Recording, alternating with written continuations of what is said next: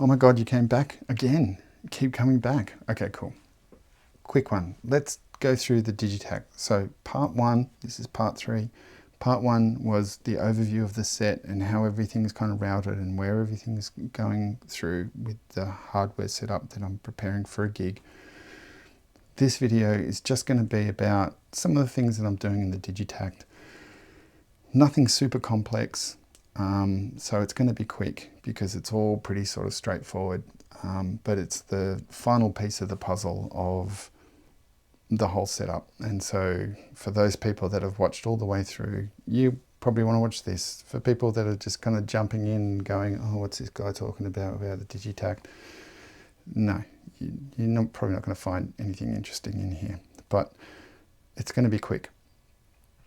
So because I've got a modular just over here, and you can watch the previous video, part two. Oh no, it was in part one where I just talked about the kick. I've got a Knobula Kickain as a kick, and I'm layering it up with two kicks in here in the Digitakt that I've recorded and sampled the Kickain in. So that little sample that's there, that is the Kickain preset that's going right at the moment. Let's listen to, just make sure I've got everything else down and that there, and mute those two. Just listen to the Kickain for a second.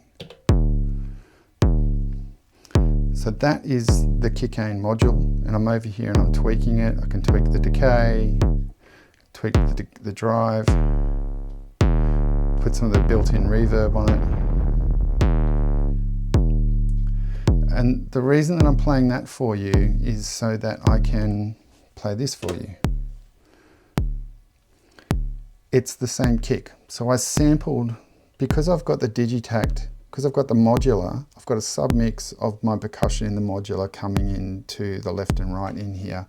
Very, very simple just to record that and have that as my extra layer of the kick. Because what this allows me to do is, because, like, yes, I can get into all of these controls on the Digitakt and tweak this thing to be able to kind of, make it work. But the Kickain on the modular has got knobs out, so I can bring this in as a layer.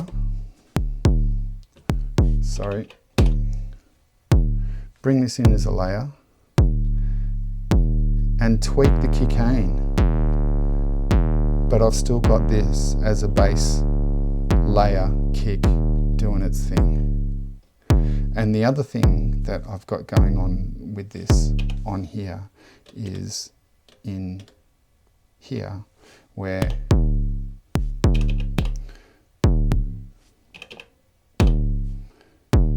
I've got this set up as my sidechain. So track 9, the kick is the sidechain. So anything else that's playing in here is getting a bit of sidechain compression, which is ducking the kick, which is keeping the mix clean as I'm playing. So as I'm adding extra layers, that's what's working. Because I don't know, can I? Oh, it does let me do in left and right, but that's not going to work because my submix has also got a bass and it's got a hi-hat and it's got the atom or the elements. What's that word? Rip off? No, we don't say that. So it's too messy, but this here allows me to have track 9 with this kick with a nice short attack on it, a nice short decay on it. So it's a short duck, and it just keeps everything going well in the mix as it's playing through. The other thing that I've got going on is on this track, which is my rumble. And I did a whole video on making a rumble, and so it's pretty much exactly what I did in the video. You can go and watch that. I'll put a link in the description. Welcome to the rumble. That was the video. I did one for the Digitone, I did one for the Digitakt. And so this, pretty much you can see what the envelope's doing. It's got a little bit of attack, a bit of decay on there. There's a whole bunch of delay, reverb, overdrive, sample reduction, filtered to the manoodles, and we get this.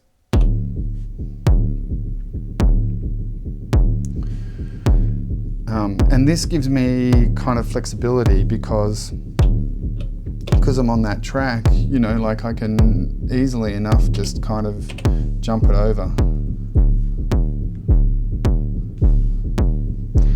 And because this is also being sidechained, that's all kind of cool.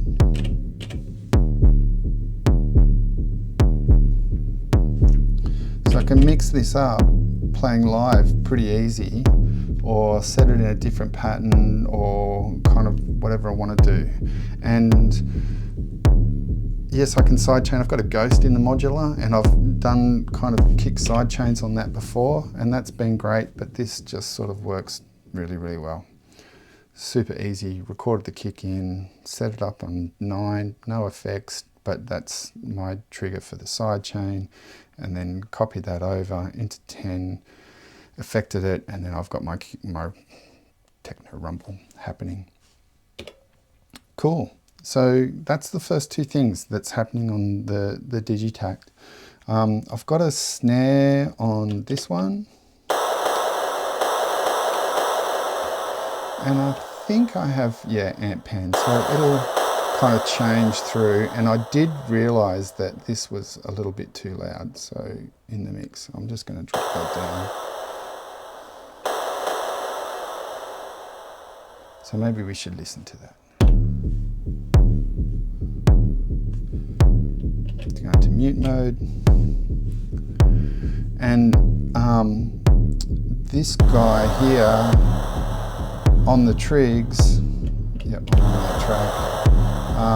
On the trigs, it's got a probability. So it's just running in an 8-bar loop and 40% probability of it playing, so it just sort of comes in and out as it feels like it 40% of the time, and that is good for me. Saves me long bar sequencing, and it keeps it fresh for me as well. Cool. So that's that. Next track is series of hi-hats. Oh, do we want to talk about, I don't even know what sample that is. What is that? Oh, that's from a Riemann Techno. It's a Crash. Riemann samples, amazing samples. Yeah, this is one of their techno sets as a Crash. And then I don't think I'm doing anything special. High pass envelope, don't even have a filter envelope on there. The amp's not really doing much because I like it really long and drawn out as a, and then everything's in the effects. Look at that. Delay, reverb, bit reduction, sample rate reduction, heaps of overdrive. And then I've got a sine wave doing panning on it. That's it. So we'll just kind of change through the stereo field as it's 40% of the time being triggered. Cool. Hi-hat, what's this one? It's another Riemann. This is from Distorted Techno. I think it's a hi-hat. I can't see. It sounds like a hi-hat to me.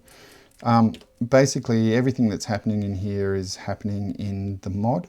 So I've got a random waveform that's triggered every step that it's on, and it's got a small amount of depth for it, and all it's doing is just changing the decay.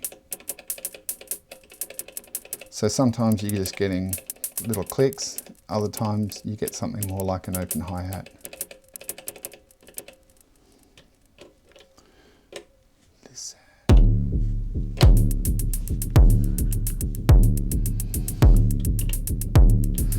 And again, just 16 steps, 1 bar, but I've got the speed set to 2.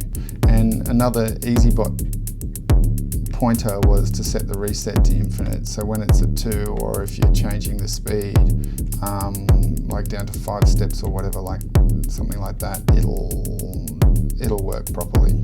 So thanks again, EasyBot. You know, just couldn't do it without you. So that's that. And then I've got another hi-hat. Sorry, this is, if you watch the first video, this is being clocked from the Octatrack, which is just up here. So if I'm pressing stop here, it's just out of reflex, and it's not actually stopping things that are going on in the modular. So I have to keep remember to hit stop on the Octatrack, just because I'm not in Digitakt land only. So yep, that's that one. And then I've got this one, which is again kind of like a woody thing. What is it? More Riemann techno. Gee, he makes really, really good sample packs. Go and buy some. He's great. So let's listen to what this one's doing. I like the display just to kind of show you what's going on in here. A bit of resonance. What filter is that? That's the multi-mode. The amp's got a very, very short decay. The bit reduction is ridiculous. Sample reduction, delay with ping pong and overdrive. And again, everything's in here. Modulating the amp decay with, so it happens on every step with a random and a bit of pan, and then some filtering stuff as well going on with that. All together now.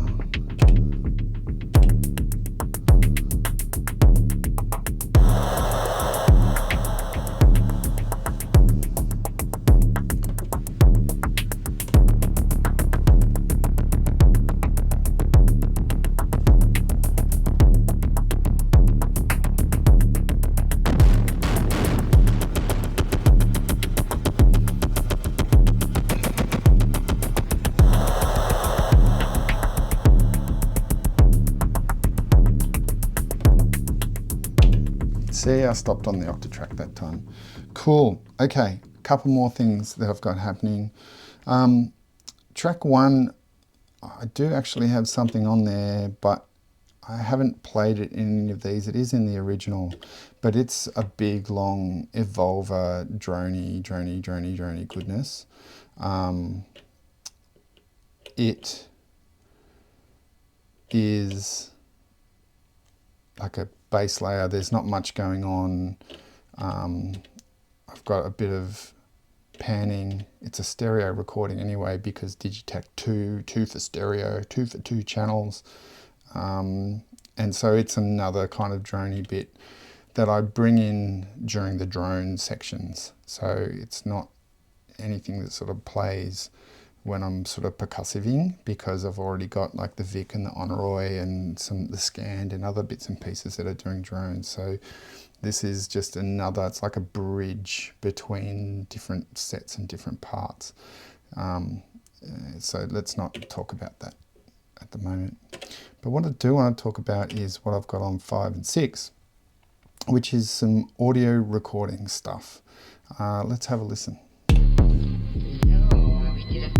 Wissen wollte. Ich denke genau das Richtige wollte.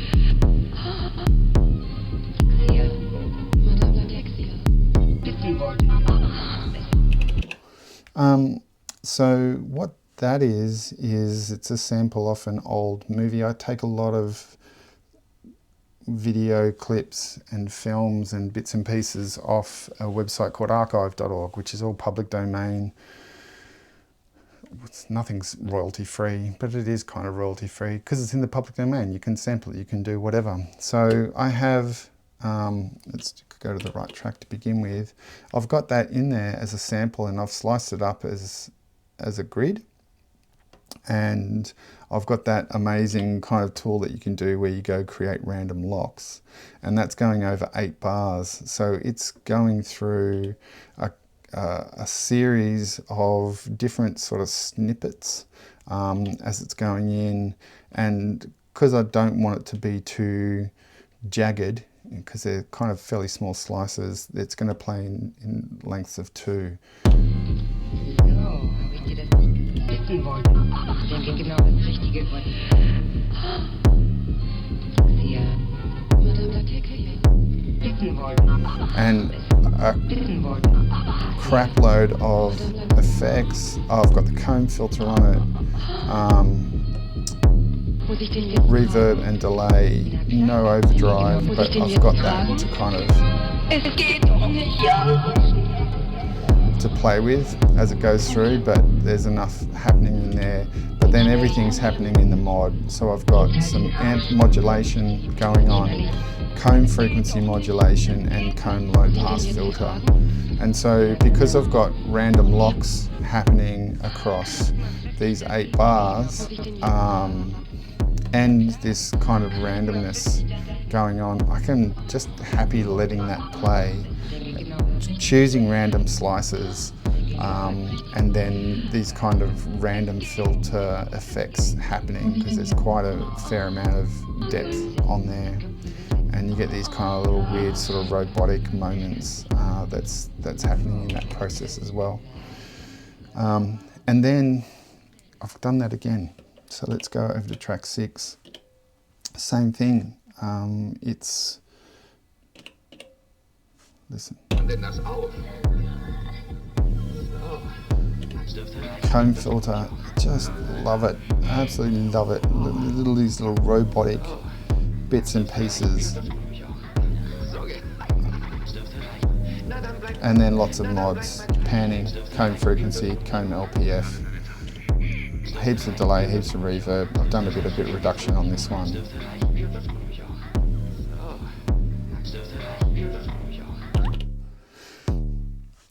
Oop. And that's it. That's the Digitakt for the live setup. So my next step, and I said this at the end of the last video, is when I'm playing and I'm doing doorless jams, if that's what we're calling them these days, I very, very rarely move out of one pattern. I'm using a lot of these random options, like being able to create random trigs from the grid, or random waveforms, or using probability in the trigs, to be able to make a 4-bar, 8-bar, 1-bar pattern morph and change and be different all the time as it goes through. Because my next step is I'm going to be brave, and I'm going to make a second pattern as a second half of my set. So I've got enough, and links in the description here, of that full recording. That was 30 minutes just using what's there, what I've already spoken about the modular and the EasyBot Performance 3 mixer for the Octatrack. And that's kind of it. So my next step is to build another layer. So that'll be changing the kick drum, changing the tempo, changing the pattern, doing all of those things, and then being able to work on that transition between track to track, or pattern to pattern as it goes through. Because like I'm saying, my point is a pattern is my track, and I want to build a second track. So that means building a second pattern in Pamelas New Workout, second pattern in the Digitakt, working out what those sequences are, and that's what I'm doing next. So stay tuned, because I'll do another recording of the live set. I hope there's been something in here that has kind of helped you out or inspired you to get out there and make your own tunes, make some music, and share it with us. Like, subscribe, leave a comment. I'm very, very grateful and thankful for when you do that. That's it. Thanks very much. Bye.